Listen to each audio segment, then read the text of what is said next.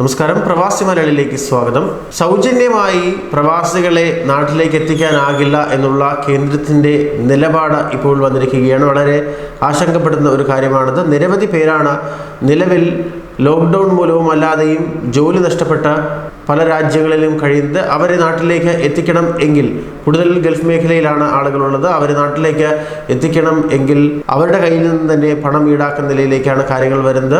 വിമാന ടിക്കറ്റ് നിരക്ക് കേന്ദ്രം നിർണ്ണയിക്കും എന്ന് പറയുമ്പോഴും വിമാന കമ്പനികൾ ടിക്കറ്റ് നിരക്ക് 3 ഇരട്ടിയോളം കുത്തനെ ഉയർത്താനുള്ള സാധ്യതയാണ് ഇപ്പോൾ കാണുന്നത്. അത്തരത്തിലേക്കാണ് കാര്യങ്ങൾ പോകുന്നത്. കാരണം കൃത്യമായ നിബന്ധനകൾ പാലിച്ച് മാത്രമേ വിമാന സർവീസ് നടത്താൻ സാധിക്കുകയുള്ളൂ. അങ്ങനെയാണ് എങ്കിൽ ടിക്കറ്റ് നിരക്ക് കൂട്ടാതെ വിമാന കമ്പനികൾക്കും ഒരു നിവൃത്തിയും ഇല്ല എന്നുള്ളതാണ്. അല്ലെങ്കിലും വലിയ നഷ്ടമാണ് ഇപ്പോൾ വിമാന കമ്പനികൾക്ക്. ഗൾഫിൽ നിന്നും തിരിച്ചെത്തുന്ന പ്രവാസികൾ വിമാന ടിക്കറ്റ് തുക സ്വയം നൽകേണ്ടി വരും എന്നുള്ള കാര്യം തന്നെയാണ് കേന്ദ്രവും ഇപ്പോൾ വ്യക്തമാക്കുന്നത്. നിരക്ക് സർക്കാർ നിശ്ചയിക്കുമെന്നുള്ള സൂചന വരുന്നുണ്ട് എങ്കിലും അതിൽ കൃത്യമായ കാര്യം വ്യക്തമായിട്ടില്ല. മടങ്ങാൻ ആഗ്രഹിക്കുന്നവരുടെ രജിസ്ട്രേഷൻ എംബസികളിൽ ആരംഭിച്ചിട്ടുണ്ട്.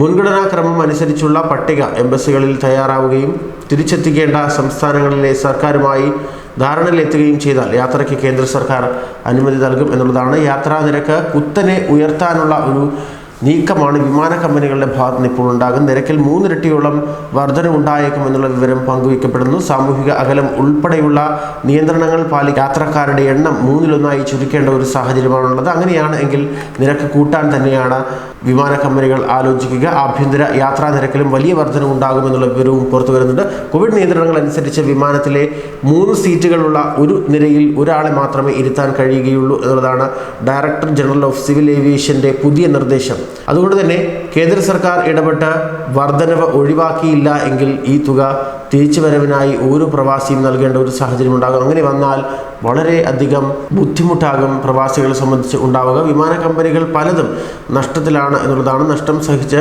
സർവീസ് നടത്താൻ തയ്യാറാവില്ല എന്നതിനാൽ തന്നെ നിരക്ക് വർധനവ് ഉറപ്പാണ്. അന്താരാഷ്ട്ര ആഭ്യന്തര സർവീസുകളിലും ഇത് പ്രതിഫലിക്കുക തന്നെ ചെയ്യും. പ്രവാസികൾ തിരിച്ചുവരവിന് കുറഞ്ഞ സീറ്റുള്ള എയർബസുകൾക്കൊപ്പം തന്നെ 300-400 സീറ്റുള്ള വൈറ്റ് ബോഡി വിമാനങ്ങൾ ഉപയോഗിക്കാനാകണം എങ്കിലേ കാര്യങ്ങൾ ഫലവത്തായി നടക്കുകയുള്ളൂ. എന്നാൽ അവ എണ്ണത്തിൽ കുറവാണ് എന്നുള്ളത് മറ്റൊരു വസ്തുത. ദിവസം 17 മണിക്കൂറെങ്കിലും സർവീസ് നടത്തിയാലേ ഒരു വിമാനം ലാഭത്തിലേക്ക് എത്തുകയുള്ളൂ. എന്തായാലും പ്രവാസികളുടെ വിമാന ടിക്കറ്റ് തുക അവർ തന്നെ നൽകേണ്ടി വരുമെന്നുള്ളത് ഏറെ ആശങ്കാജനകമായി ഉയർത്തിക്കാട്ടുകയാണ്. മുൻഗണനാ ക്രമത്തിലുള്ള പട്ടിക എംബസി തയ്യാറാക്കുന്നുണ്ട് എന്നുള്ള വിവരവും ഇതിനോടകം തന്നെ പുറത്തു വന്നു കഴിഞ്ഞു. സംസ്ഥാനങ്ങളിൽ സർക്കാരുമായി ഈ കാര്യത്തിൽ ധാരണയിലെത്തുകയും ചെയ്താൽ യാത്രയ്ക്ക് കേന്ദ്ര സർക്കാർ അനുമതി നൽകും. ഇതിനുവേണ്ടി പ്രവാസികളെ സ്വീകരിക്കാൻ വേണ്ടി സംസ്ഥാനങ്ങൾ സജ്ജമാണോ എന്നുള്ള കാര്യം അത് കേന്ദ്രത്തെ അറിയിക്കേണ്ടതുണ്ട്. സംസ്ഥാനങ്ങളിൽ 17 ദിവസം ക്വാറന്റൈൻ ഏർപ്പെടുത്തേണ്ട ഒരു സാഹചര്യമാണുള്ളത്.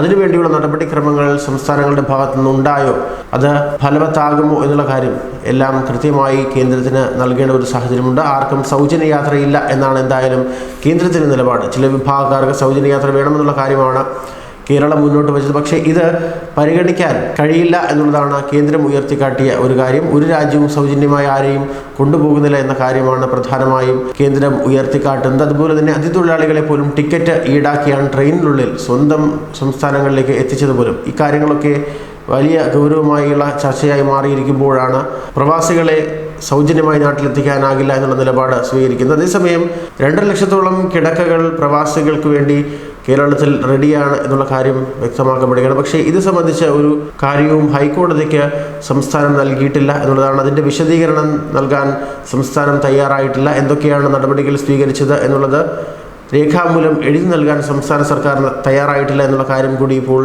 ചൂണ്ടിക്കാട്ടപ്പെടുകയാണ്.